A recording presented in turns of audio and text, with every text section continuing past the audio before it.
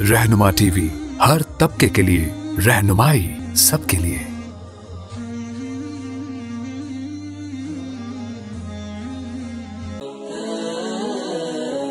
रहनुमा टीवी को सब्सक्राइब करने के बाद बेल आइकन पर क्लिक करना ना भूलें।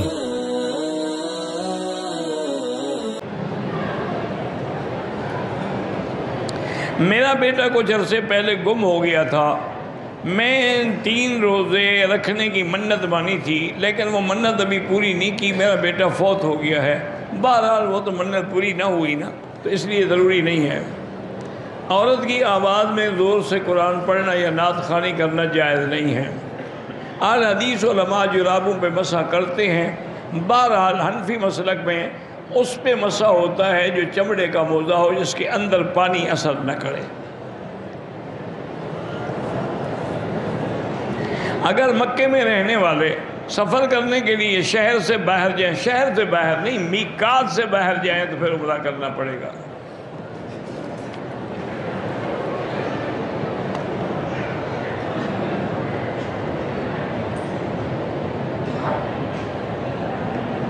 बहरहाल वालदा अपने बेटे से उसकी नाफरमान औलाद के लिए सुल्ह ताल्लुकात की बहाली चाहती है कि नाफरमान औलाद अपने वालिद की मुखालिफिन को वालिद से ज़्यादा अहमियत और एहतराम दे। ये नाजायज़ है।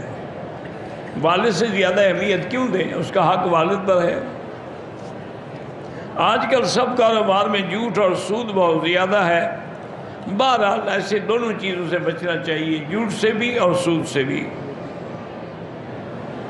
कोई आदमी सूरत इखलास जो है रोज़ाना 700 मरतबा पढ़ सकता है, 7000 दफ़ा पढ़े। अल्लाह का कुरान है।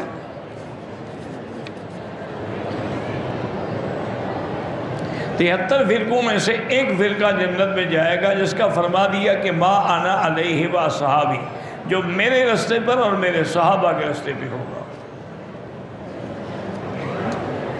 सहाबा को गाली देने वाले जो हैं, गाली देना तो फिस्को फजूर है, लेकिन तकफीर करते हैं तो फिर काफिर हैं। तबलीग वालों के लोग बिस्तर उठा के फेंक देते हैं, कोई बात नहीं, उनको मुशक्क़त पे अजर मिलेगा। अल्लाह के दीन के लिए तकलीफ़ें तो आती हैं।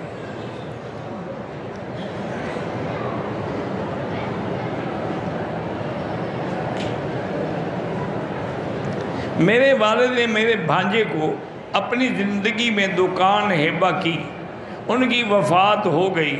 मेरी बहन ने दुकान उनकी वफ़ात के बाद अपने बेटे के नाम करवाई। क्या वो दुकान अब वो ले सकती हैं? बच्चा भी जवान, जिसके नाम वालिद ने हिबा किया था वही हकदार है। मैं नफली तवाफ़ के दौरान हतीम में दाखिल हो गया और 2 रकात नफिल पढ़ी। बाद में बाकी चक्कर पूरे किए। बिल्कुल तवाफ़ नहीं होता। तवाफ़ ख़त्म करके हतीम में जाए।